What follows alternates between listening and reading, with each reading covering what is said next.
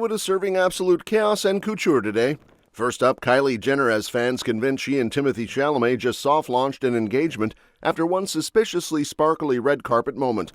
And then everyone suddenly decides she might be the classiest Kardashian, as if she just graduated from Elite Kardashian Academy. Go, Kylie, go! Good job, Kylie. You're doing amazing, sweetie. Wow, look at her go. Next, Kanye West is back with another plot twist, calling that viral legal demand letter to Kim a full-blown hoax, leaving the internet blinking like Wi-Fi on 1%. And after that, Justin Bieber drops the truth about his well-being, opening up in a way that stops social feeds cold. Finally, Blake Lively's lawyer weighs in on whether Taylor Swift will take the stand, and let's just say the subpoenas are getting messy. Kylie Jenner steps onto a red carpet in Rome with Timothée Chalamet, and suddenly the internet behaves like it just cracked a Da Vinci Code. Fans swear she's secretly engaged, and honestly, they're ready to bet their rent money on it. Why? Because Kylie rolls up in this sleek black gown, looking like she owns the entire Italian capital, and she's wearing that earring. One ear has a tiny gold hand literally holding her ear like it's whispering, "Girls, spill." And yes, the hand is rocking a diamond ring big enough to blind half the photographers. Naturally, the theories start flying. People point out she's also wearing a massive teardrop diamond on her pinky at the ceremony, and let's be real, Kylie does not drop diamonds on accident. Fans are convinced she's hiding the real deal somewhere, and the mismatched earrings, one with a pearl-tipped finger, only make the whole vibe feel like a cryptic treasure map. The couple finally makes their official red carpet debut, strolling in like they woke up famous again, and Timmy shows up in velvet, looking like he just walked out of a couture chocolate factory.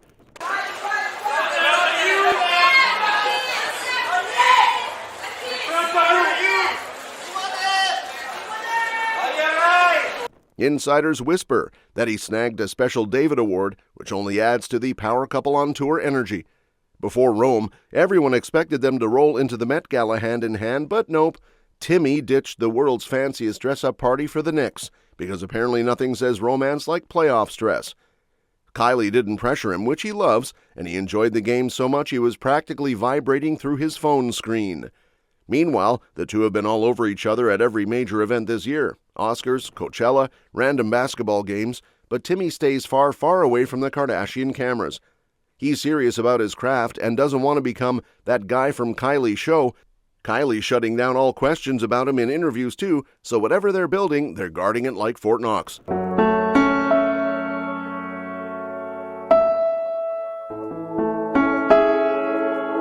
Which is hilarious, because the very next minute the internet starts arguing about whether Kylie Jenner is secretly the classiest Kardashian, as if she just graduated from some Ivy League Kardashian finishing school.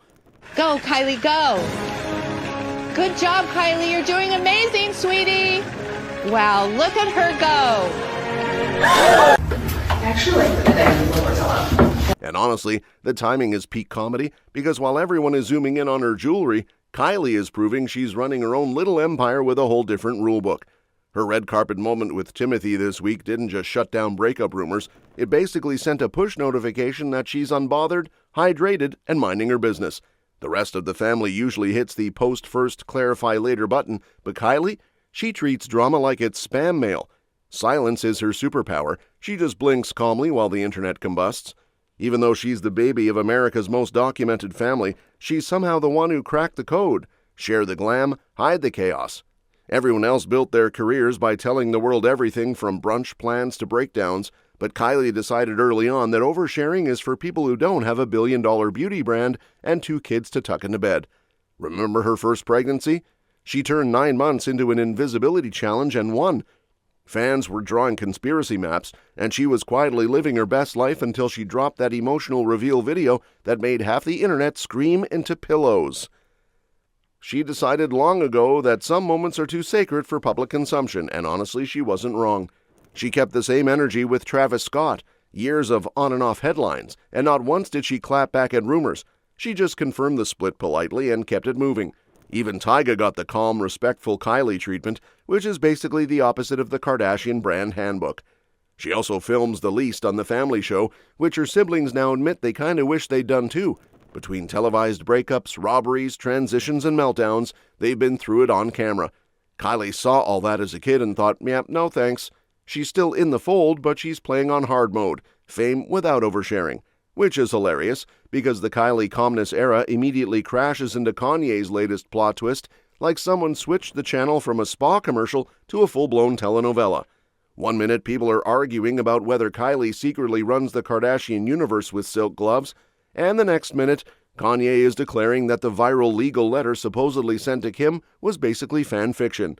Yep, the man is now insisting the whole cease and desist drama was a straight-up hoax, and insiders claim he's looking at TMZ like they just fell for the oldest trick in the group chat. The whole thing kicked off when a report claimed he'd fired off a furious note accusing Kim of everything from ditching North in a parked car at the Met Gala to ignoring his objections about TikTok. Then Kanye's spokesperson slid in like, "Nice try, but that letter? Not ours."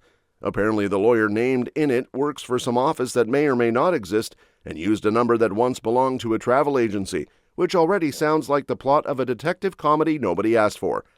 But of course, Kanye never does quiet chaos.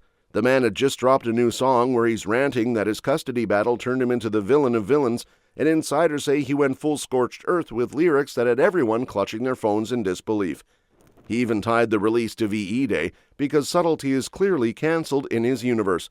And while everyone is still trying to process that, the so-called hoax letter also accuses Kim of blocking access to the kids and exploiting North online. Claims insiders around Kim roll their eyes at, saying Kanye hasn't exactly been sprinting to show up. Receipts even popped up showing him with the kids months ago, so the timeline is giving creative remix. Kim, on the other hand, is apparently tightening security like she's guarding a rare diamond. Sources say she's told her circle to stop posting locations, kid pics, or anything that could turn into Kanye commentary fuel. They say she's horrified, but not surprised, because every time Kanye chaos peaks, it somehow finds a taller mountain. Meanwhile, Kanye's off doubling down on live streams, arguing about Hitler, bragging about his social media numbers, and walking out of interviews like they're optional electives. Piers Morgan tried to get a full sit-down, but Kanye dipped after about 2 minutes, dropping lines about his followers, his legacy, and how no one in media appreciates that they definitely danced to his music at some point. And in the background of all this, his Yeezy shop got shut down after he tried selling a swastika shirt, only for him to promise he'd wear it to the next Super Bowl halftime show. At this point, insiders say the man is basically speedrunning controversies like it's a video game. Which is wild, because just when you think the Kardashian West Jenner universe has hit its weekly chaos quota, Justin Bieber strolls in with a spiritual plot twist like he's the season finale nobody saw coming. Justin is on Instagram basically opening his soul like it's a group therapy session sponsored by Divine Intervention. Out of nowhere, he hits post on a series of long confessions, and fans stop mid-scroll like someone yanked the Wi-Fi. Justin is saying he's been asking God for backup, admitting he feels flawed, insecure, and worried he's going to get exposed for being selfish. Welcome to being human. We've all panicked over eating the last slice of pizza. But Justin goes deeper, telling everyone he still wakes up some mornings wondering if good vibes exist or if he needs to download them manually. He's been feeling extra vulnerable lately, partly because his former mentor Diddy's trial is about to kick off, which would stress out literally anyone with a pulse. Justin says he's been used before, feels misunderstood, and sometimes thinks he might lose people's trust if he admits how messy he feels inside. Meanwhile, his followers are basically yelling through their phones, "King, we're not leaving." He even talks about love like he's writing Hallmark greeting cards for emotionally exhausted pop stars. Love forgives, love endures, love doesn't keep score. Honestly, who knew Justin had a whole philosopher era tucked between tour breaks? He digs into the whole honesty thing too, saying he used to hide how selfish he felt because he was scared it would disqualify him from the life he dreamed of. Then he has this big epiphany that admitting the ugly stuff actually gives him more freedom, which makes sense because hiding your feelings takes the energy of a CrossFit warm-up. He says some days he wakes up optimistic, and other days he wakes up wondering why the universe sounds like it's buffering. Apparently he even caught himself blaming God for bad moods, like God is tech support. But now he's actively asking for a mindset reboot, trying to see the best in people even after feeling used. And right as Justin is soul-searching like he's auditioning for a spiritual reboot series, Blake Lively's legal circus slides in like, "Surprise, we're the next episode." Her lawyer steps up and basically lets everyone know Blake is absolutely taking the stand. No flinching, no skipping, just full courtroom main character mode. She's ready to talk under oath, which already has half of Hollywood clutching their lattes. And of course, the moment people whisper Taylor Swift's name, Blake's attorney fires back like, relax, this trial isn't a celebrity group project. He's side-eyeing the random subpoenas flying around, wondering why certain famous friends are being dragged in like it's the accidental Avengers crossover.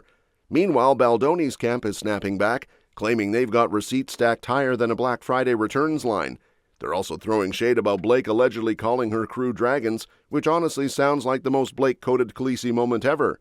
That's all for this video, folks. We'll see you next time.